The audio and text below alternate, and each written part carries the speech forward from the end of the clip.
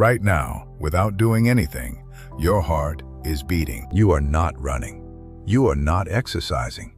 You are just sitting there, and your heart is contracting and releasing somewhere between 50 and 100 times every single minute. That number, that quiet, automatic rhythm happening in your chest right now, is one of the most powerful predictors of how long you are going to live that modern medicine has ever identified, and almost nobody is paying attention to it. Your doctor checks your resting heart rate for about 4 seconds at your annual physical, writes a number in a chart, and moves on. What they rarely tell you is what that number actually means. Not just for today, for the next 20, 30, 40 years of your life. Because researchers at some of the most respected institutions on Earth, Harvard, the Copenhagen City Heart Study, the Framingham Heart Study, have been tracking this number across hundreds of thousands of people for decades. And what they found is not subtle. It is not a minor statistical association buried in a footnote. It is one of the clearest, most consistent biological signals your body produces. And it is available to you right now, for free, with 2 fingers and a watch. So put 2 fingers on the inside of your wrist, just below the base of your thumb. Find your pulse. Count the beats for 60 seconds. That number you just counted is about to tell you something your doctor has never said out loud. Let us start with what resting heart rate actually is, and why it matters so much more than most people realize. Your resting heart rate is the number of times your heart beats per minute when your body is completely at rest. Not after coffee, not after climbing stairs, not when you are anxious or stressed. At true rest, ideally first thing in the morning before you get out of bed, before caffeine, before anything. That is your baseline. That is the number that reveals everything. The conventional medical range is 50 to 100 beats per minute. Doctors will tell you that anything in that range is normal. But here is what they are not telling you. Normal is not the same as optimal. Normal is not the same as healthy. Normal just means you are not in immediate danger. And the distance between normal and optimal, when it comes to your resting heart rate, is measured in years of life. A landmark study published in the journal Heart tracked 3,000 men over 16 years and found something that should be on the front page of every health publication in the world. Men with a resting heart rate above 75 beats per minute had double the risk of dying from a heart attack compared to men whose resting heart rate was below 55. Double. Not slightly elevated, not marginally higher. 2 times the mortality risk. From a number you can measure with your fingers. Not slightly elevated, not marginally higher. 2 times the mortality risk. From a number you can measure with your fingers, and this was not an isolated finding. The Copenhagen City Heart Study, one of the longest-running cardiovascular studies ever conducted, followed nearly 20,000 people over 10 years and found that every additional 10 beats per minute above baseline was associated with an 18% increase in mortality risk for women and a 10% increase for men. The relationship was linear. The higher the resting heart rate, the shorter the life. The lower the resting heart rate, the longer the life. There was no threshold where the effect disappeared. It just kept going. Now here is the question that most people ask when they hear this. Why? Why does the speed of your heartbeat at rest predict how long you live? What is the actual mechanism? The answer comes down to something called total lifetime heartbeats. And this is where the biology becomes genuinely extraordinary. Almost every mammal on Earth, regardless of size, gets approximately 1 billion heartbeats in a lifetime. 1 billion. A mouse has a resting heart rate of around 500 beats per minute and lives about 2 to 3 years. An elephant has a resting heart rate of around 25 to 30 beats per minute and lives 60 to 70 years. A blue whale has a resting heart rate that can drop to as low as 2 beats per minute during deep dives and lives over 90 years. The pattern is consistent across species. A slower heart lives longer. Humans sit at an interesting position in this framework.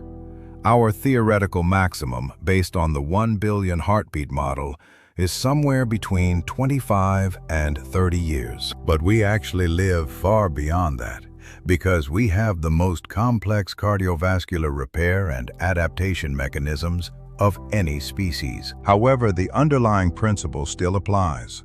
Every unnecessary heartbeat your heart takes at rest is a withdrawal from a finite biological account. And a heart that is beating 80 times per minute at rest is making 115,200 beats per day. A heart beating at 55 times per minute at rest is making 79,200 beats per day. That is 36,000 fewer contractions every single day. Over a decade, that difference is 131 million heartbeats. The wear on the cardiac muscle, the vascular stress, the inflammatory load, all of it compounds over time. But it goes deeper than simple mechanical wear. A high resting heart rate is not just a symptom of a stressed heart. It is a signal of systemic physiological dysfunction. It tells you that your autonomic nervous system, the system that controls everything your body does without thinking, is out of balance. Specifically, it tells you that your sympathetic nervous system, your fight or flight system, is running too hot. And when your sympathetic system is chronically overactive, it does not just accelerate your heart rate. It elevates your cortisol. It increases systemic inflammation. It disrupts insulin sensitivity. It suppresses immune function. It accelerates cellular aging at the level of your DNA, specifically by shortening your telomeres, the protective caps on your chromosomes that determine how many times a cell can divide before it dies. A 2017 study in the journal PLOS One found a direct inverse relationship between resting heart rate and telomere length in adults over 50. People with lower resting heart rates had significantly longer telomeres. They were, at the cellular level, biologically younger than people with the same chronological age but higher resting heart rates. Your resting heart rate is not just predicting your lifespan, it is reflecting your biological age in real time. So what is your number actually telling you right now? Let us go through the ranges specifically, because the difference between 58 and 78 beats per minute is not just a number. It is a story about your cardiovascular fitness, your autonomic function, your inflammatory load, and your longevity trajectory. If your resting heart rate is between 40 and 55 beats per minute, you are in elite territory. This is the range of trained endurance athletes and people with exceptionally well-conditioned cardiovascular systems. The left ventricle increases in volume. The heart muscle becomes more efficient at generating force. Each contraction pumps more blood. And as stroke volume increases, heart rate decreases. Lance Armstrong famously had a resting heart rate of 32 beats per minute. Miguel Indurain had a resting heart rate of 28. These are extreme examples, but the principle extends to anyone who trains consistently. The Framingham Heart Study found that individuals with resting heart rates below 55 had dramatically lower all-cause mortality compared to every other group. This is the range where the longevity data becomes genuinely striking. If your resting heart rate is between 55 and 70 beats per minute, you are in the healthy, optimal range for a non-athlete. Your cardiovascular system is functioning well.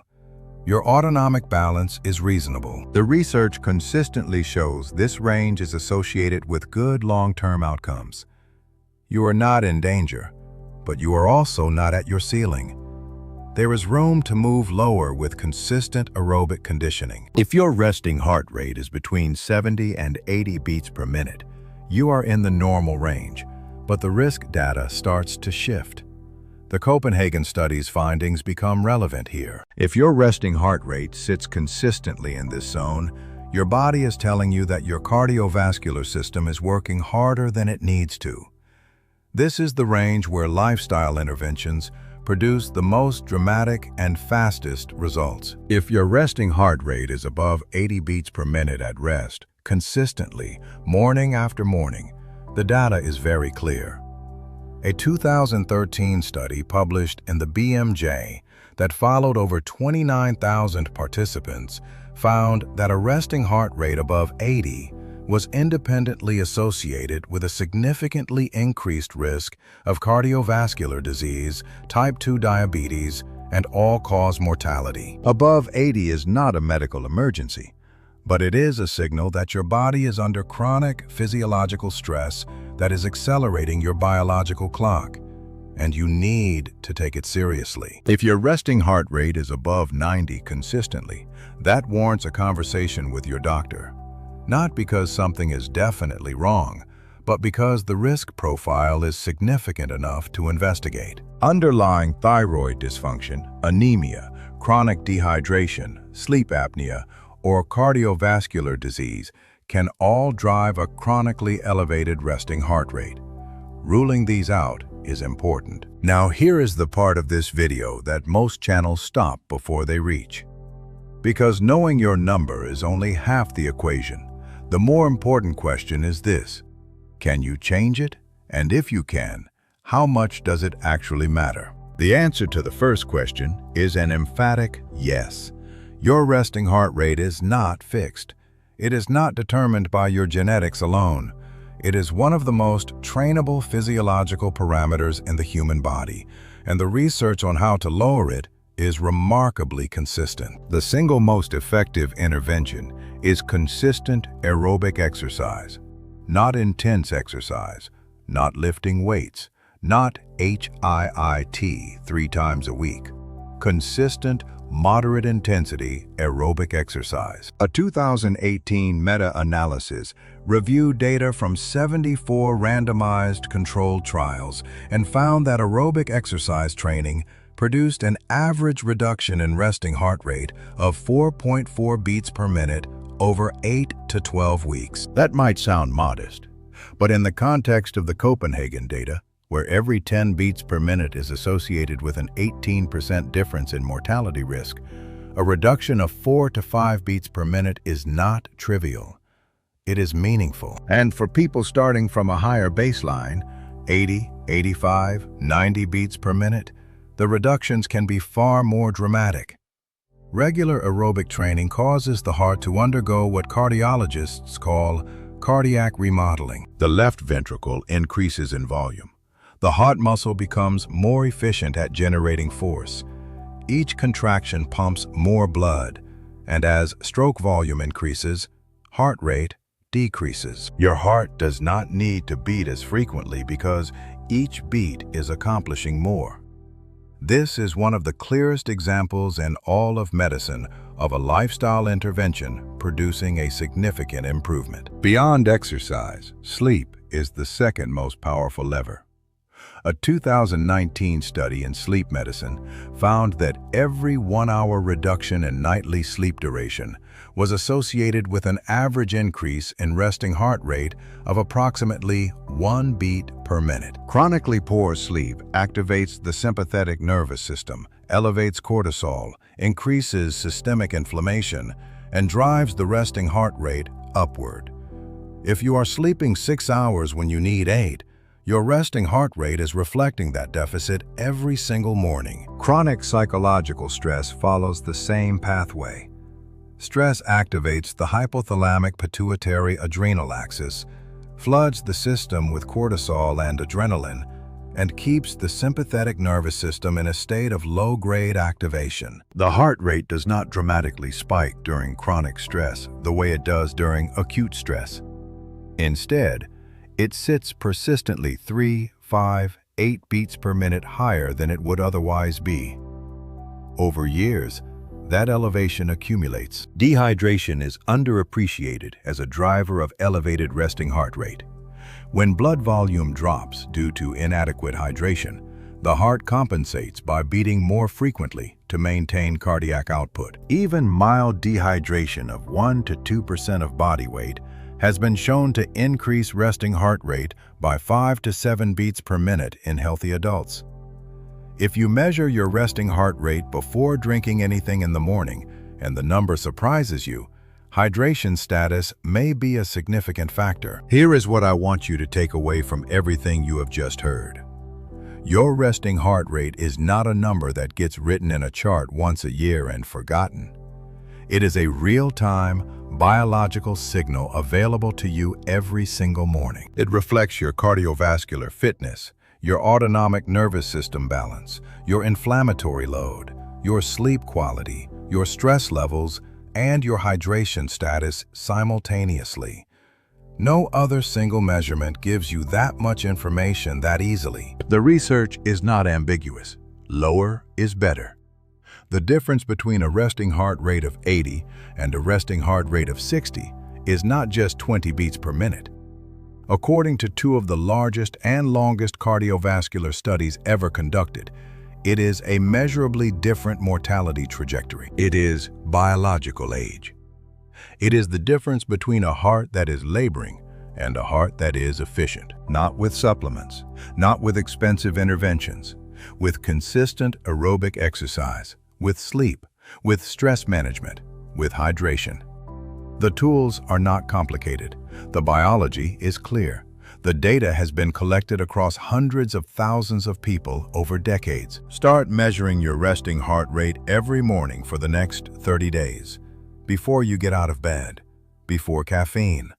2 fingers on your wrist, 60 seconds. Write the number down. What you are building is a baseline, and that baseline is going to tell you, with remarkable precision, whether the choices you are making with your body are moving your biological clock forward or backward. Your heart has been beating since before you were born. It has never stopped. It is beating right now as you watch this. The question is not whether it is beating. The question is how hard it is working to do it. And the answer to that question is sitting quietly in your wrist, waiting for you to pay attention. Drop your resting heart rate in the comments, just the number. I want to see where everyone is starting from. Subscribe to the channel, because next week, we are going even deeper into what your cardiovascular system is telling you in real time. And I will see you in the next video.